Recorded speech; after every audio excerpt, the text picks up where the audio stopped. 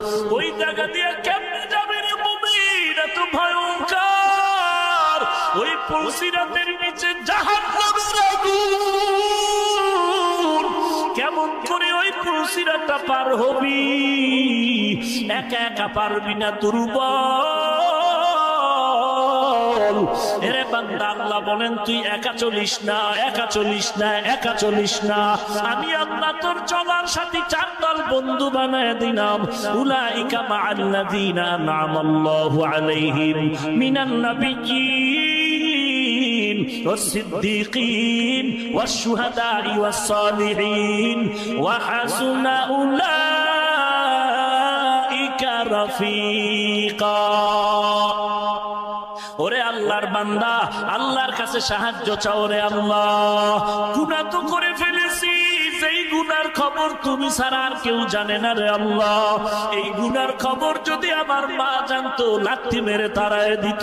এই গুনার খবর আমার আব্বা জানলে সন্তানকে পরিচয় দিত না। আমার অপরাধের খবর আমার সন্তানেরা জানলে আব্বা বলে ডাক দিত না। আমার অপরাধের খবর আমার স্ত্রী জানলে স্বামী বলে সম্মান করত না। ও আল্লাহ, শুধু তাই না, এই অন্যায়গুলো আমার সামনে যদি আমার স্ত্রী করতাম, স্ত্রীরে তাড়ায় দিতাম।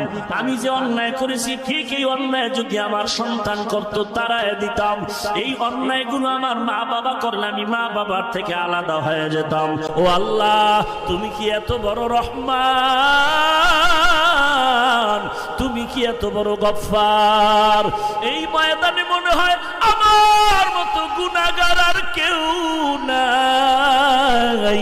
ও আল্লাহ, এত গুনার পরেও তুমি আমার সম্মানের জায়গা থেকে ফালাইয়া দাও না এর মালিক। এত অন্যায়ের পরে তুমি রাগ করে পানিও বন্ধ করো নাই, বাতাস বন্ধ করো নাই, খানাও বন্ধ করো নাই, সূর্যের আলো বন্ধ করো নাই। ও আল্লাহ, তুমি এতদিন মায়ার চাদর দিয়ে যেমন আমাকে বাঁচায় রাখছো, মরার পরে ওই কবরে যেন আমার আযাব না হয়।